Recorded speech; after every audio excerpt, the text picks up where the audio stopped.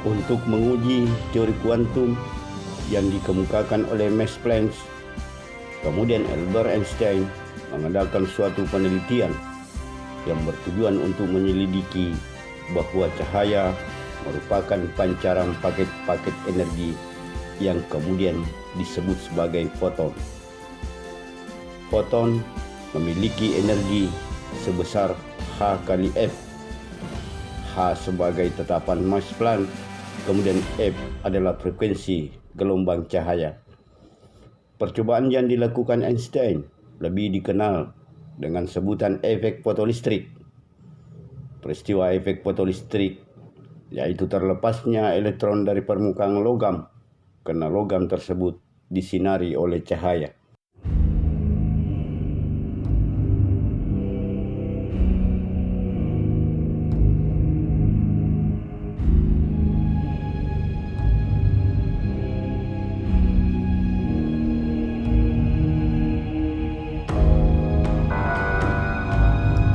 Inilah gambaran skema alat yang digunakan oleh Einstein untuk mengadakan percobaan.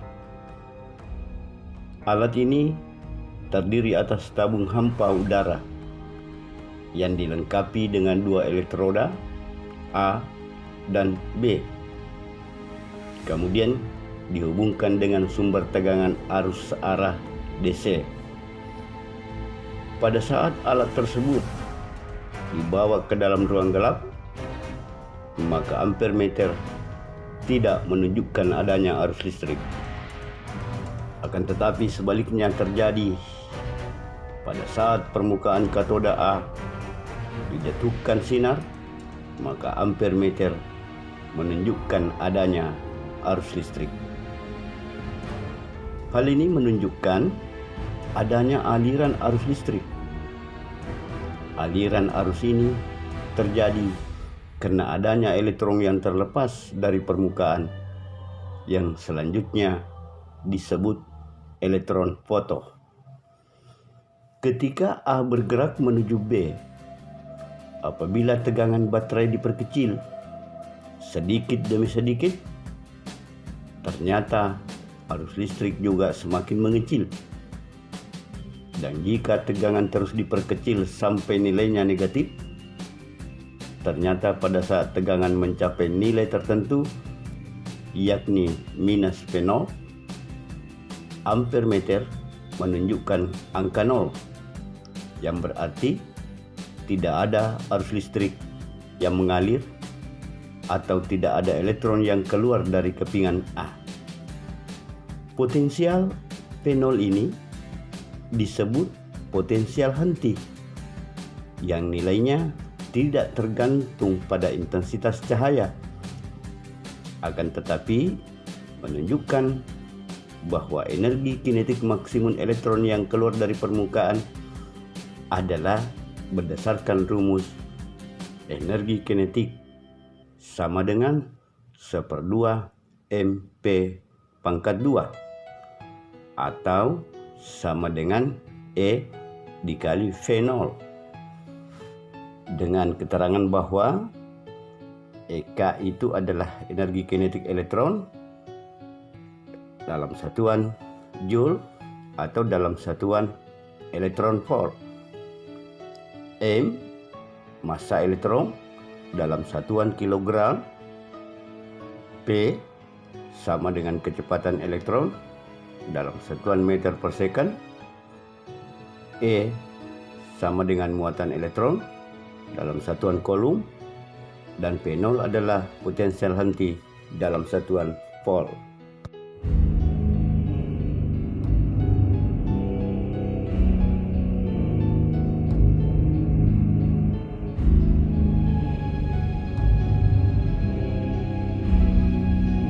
Selanjutnya, mari kita bandingkan bagaimana pandangan teori gelombang dan teori kuantum atau foton untuk menjelaskan peristiwa efek fotolistrik. Di dalam teori gelombang ada dua besaran yang sangat penting, yaitu frekuensi panjang gelombang dan intensitas gelombang. Ternyata dari teori gelombang gagal untuk menjelaskan tentang sifat penting yang terjadi pada fotolistrik.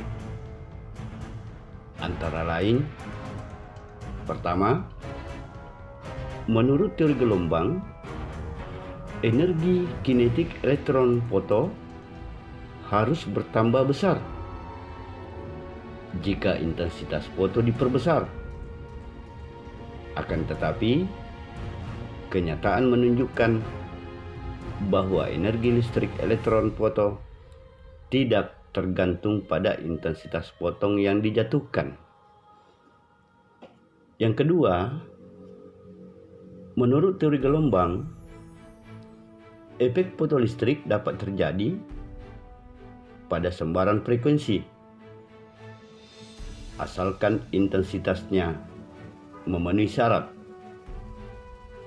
Akan tetapi kenyataan, efek fotolistrik baru akan terjadi jika frekuensi melebihi harga tertentu, dan untuk logam tertentu dibutuhkan frekuensi minimal yang tertentu agar dapat timbul elektron foto. Yang ketiga, menurut teori gelombang, diperlukan waktu yang cukup untuk melepaskan elektron dari permukaan logam. Akan tetapi kenyataannya, elektron terlepas dari permukaan logam dalam waktu singkat atau secara spontan dalam waktu kurang 10⁻⁹ second setelah waktu penyinaran. Dan yang keempat,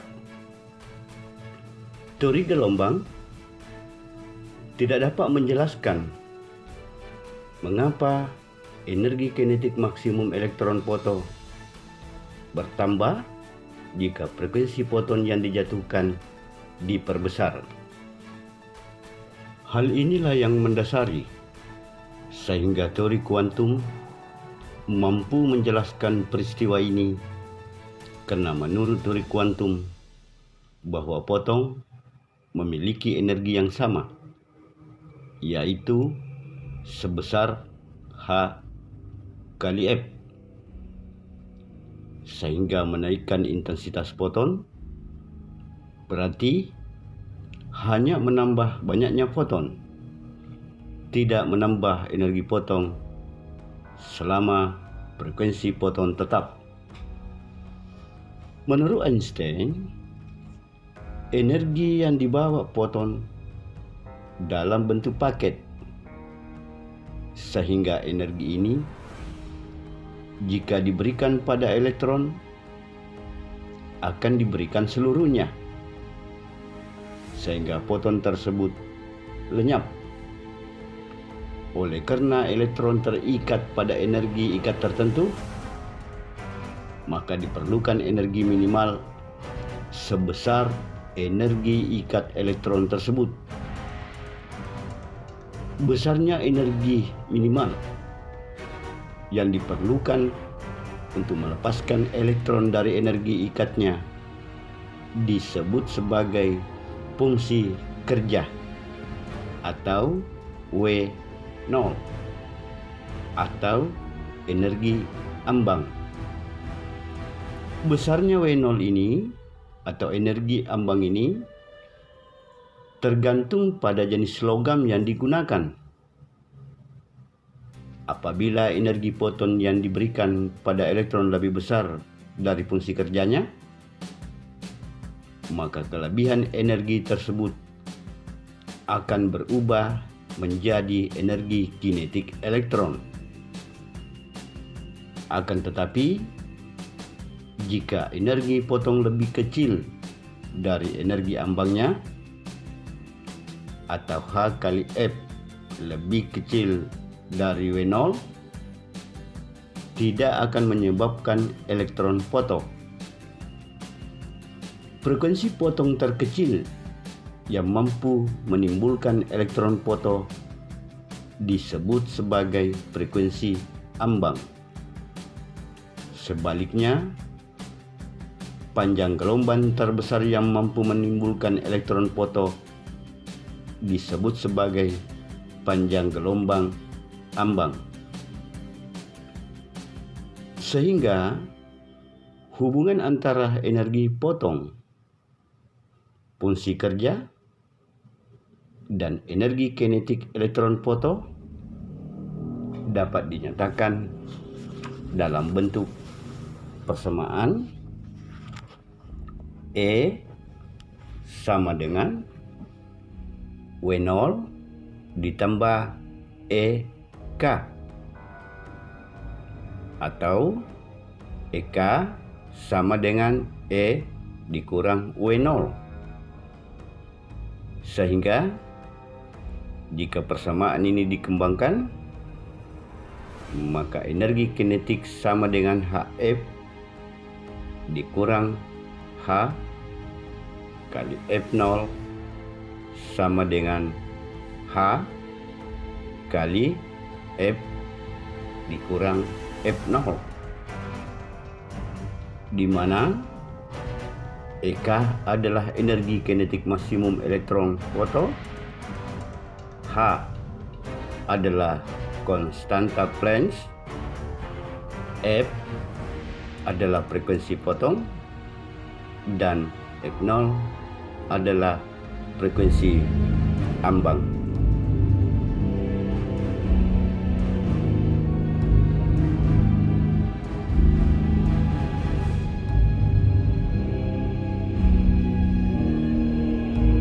Salah satu contoh soal dari materi ini, sebuah logam mempunyai frekuensi ambang sebesar 4 kali 10 pangkat 14 Hz. Jika logam dijatuhi foton, ternyata elektron foto yang dari permukaan logam memiliki energi kinetik maksimum sebesar 19,86 kali 10 pangkat minus 20 Joule.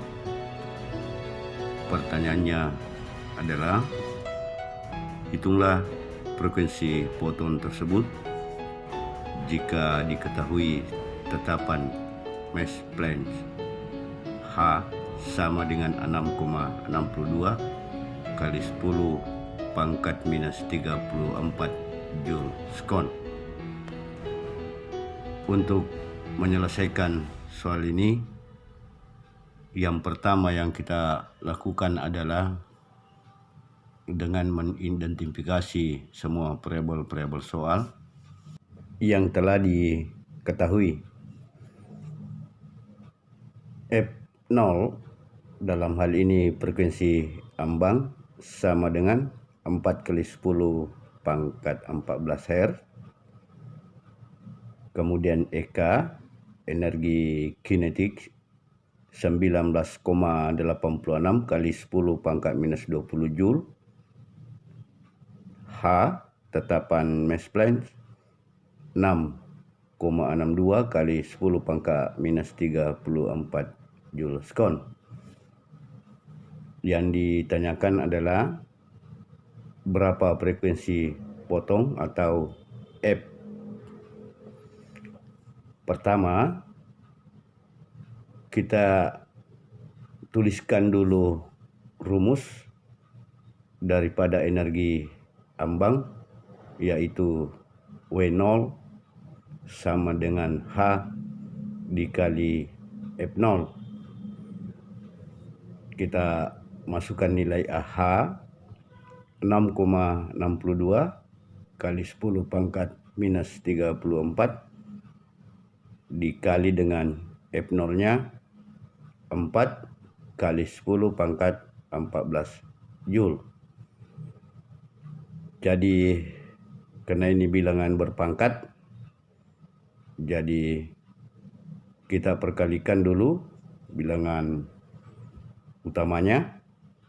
6,62 kali 4 sama dengan 26,48.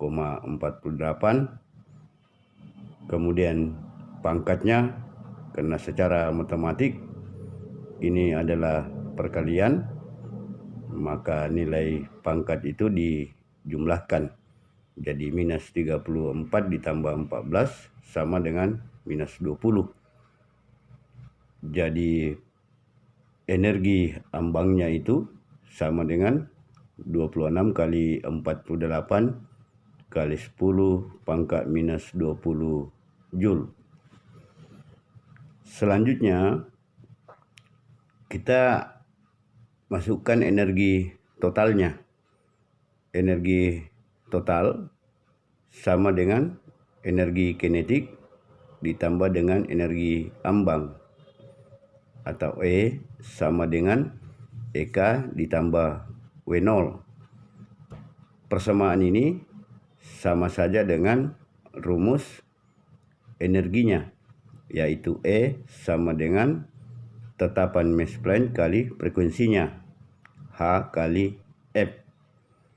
Sehingga kalau kita sederhanakan, H F sama dengan EK ditambah W0. Jadi kalau F yang kita cari atau frekuensi, maka dengan sendirinya rumusnya sama dengan F sama dengan EK ditambah W0 per H. Kemudian masing-masing nilai kita masukkan. Energi kinetiknya 19,86 kali 10 pangkat minus 20 ditambah dengan energi ambangnya yang kita sudah selesaikan tadi, 26,48 kali 10 pangkat minus 20 berbanding dengan H 6,62 kali 10 pangkat minus 34. Jadi secara matematik bilangan 19,86 ditambah 26,48 di atas, karena pangkatnya sama, maka kita jumlahkan saja. Jadi 46,32 dikali 10 pangkat minus 20 berbanding dengan 6,62 kali 10 pangkat minus 34. Nilainya adalah, karena bilangan berpangkat dalam hal ini perbandingan, maka bilangan utamanya 46,32 kita bagi dengan 6,62. Jadi hasilnya sama dengan 7. Kemudian pangkatnya, karena ini perbandingan atau pembagian, maka pangkatnya diperkurangkan. Jadi minus 20 dikurang dengan minus 34.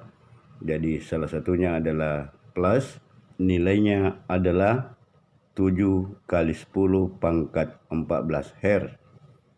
Jadi frekuensi foton sebesar 7 kali 10 pangkat 14 Hz.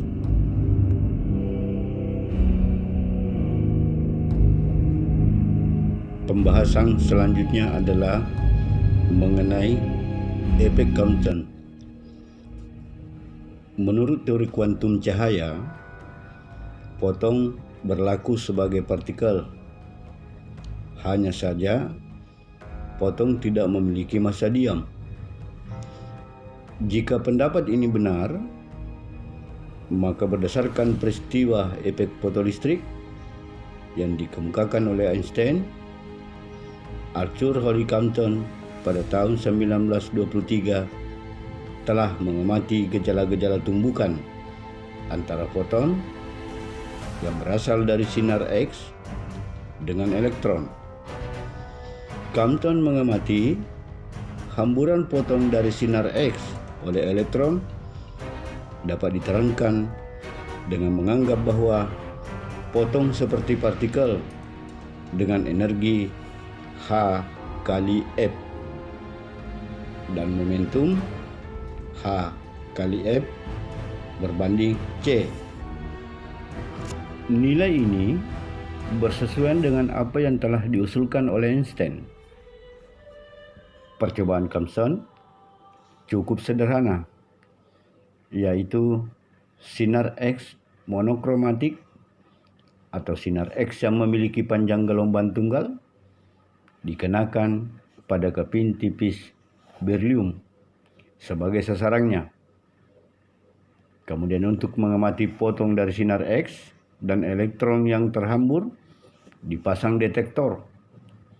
Sinar X yang telah menumbuh elektron akan kehilangan sebagian energinya, yang kemudian terhambur dengan sudut hamburan sebesar theta terhadap arah semula. Berdasarkan hasil pengamatan, ternyata sinar X yang terhambur memiliki panjang gelombang yang lebih besar dari panjang gelombang sinar X semula. Hal ini dikarenakan sebagian energinya terserap oleh elektron. Jika energi potong sinar X mula-mula H kali F dan energi potong sinar X yang terhambur menjadi HF dikurang HF aksen, dalam hal ini F lebih besar F aksen, sedangkan panjang gelombang yang terhambur menjadi tambah besar, yaitu lambda lebih besar dengan lambda aksen. Dengan menggunakan hukum kekekalan momentum dan hukum kekekalan energi, Thomson berhasil menunjukkan bahwa perubahan panjang gelombang potong terhambur dengan panjang gelombang semula memenuhi persamaan lambda aksen dikurang lambda sama dengan H berbanding M0 kali C dikali 1 dikurang cos theta, di mana lambda panjang gelombang sinar X sebelum tumbukan, lambda aksen panjang gelombang sinar X setelah tumbukan, dan H adalah konstanta Planck. M0 massa diam elektron 9,1 kali 10 pangkat minus 31 kg, dan C adalah kecepatan cahaya 3 kali 10 pangkat 8 meter per sekon. Sementara theta sudut hamburan sinar X terhadap arah semula dalam satuan derajat atau radian. Besaran H berbanding M0 kali C sering disebut dengan panjang gelombang Thomson. Jadi jelaslah sudah bahwa dengan hasil pengamatan Thomson tentang hamburan potong dari sinar S menunjukkan bahwa potong dapat dipandang sebagai partikel, sehingga memperkuat teori kuantum yang mengatakan bahwa cahaya mempunyai dua sifat, yaitu cahaya sebagai gelombang dan cahaya dapat pula bersifat sebagai partikel. Inilah yang sering disebut sebagai sifat dualisme gelombang cahaya. Esensi sifat gelombang dari partikel. Berdasarkan peristiwa efek fotolistrik dari Einstein yang kemudian didukung dengan percobaan yang dilakukan oleh Thomson, telah membuktikan tentang dualisme atau sifat kembar cahaya, yaitu cahaya bisa berkelakuan sebagai gelombang. Di sisi lain, cahaya juga dapat bersifat sebagai partikel. Pada tahun 1924, Louis de Broglie mengemukakan pendapatnya bahwa cahaya dapat berkelakuan sebagai partikel. Maka partikel pun seperti halnya elektron dapat berkelakuan seperti gelombang. Sebuah potong dengan frekuensi F misalnya memiliki energi sebesar H kali F dan memiliki momentum P sama dengan H kali F berbanding C. Karena C sama dengan F kali lambda, maka momentum potong dapat dinyatakan P sama dengan H per lambda, sehingga panjang gelombang potong dapat dinyatakan lambda sama dengan H per P.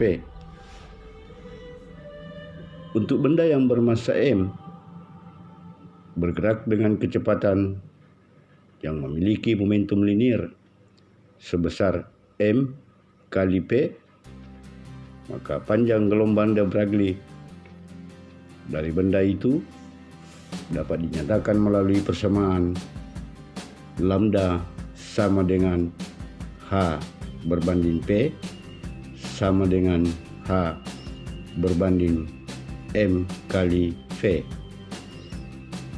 Untuk menguji hipotesis yang dilakukan oleh Louis de Broglie pada tahun 1927,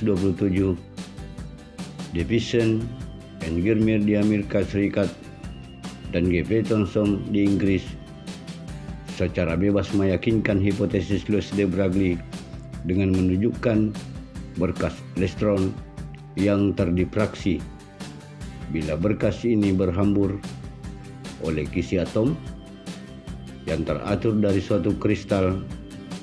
Davison dan Germer melakukan suatu eksperimen dengan menembakkan elektron berenergi rendah.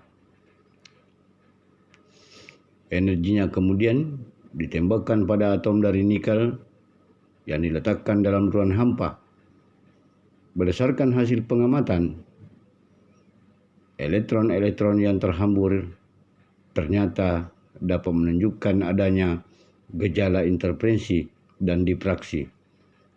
Dengan demikian, hipotesis de Broglie yang menyatakan partikel dapat berkelakuan sebagai gelombang adalah pernyataan yang benar. Demikian penjelasan kali ini. Semoga dapat memberikan manfaat dan menambah wawasan untuk selalu giat mengasah potensi. Terima kasih atas segala perhatiannya. Semangat, salam sehat. Assalamualaikum warahmatullahi wabarakatuh.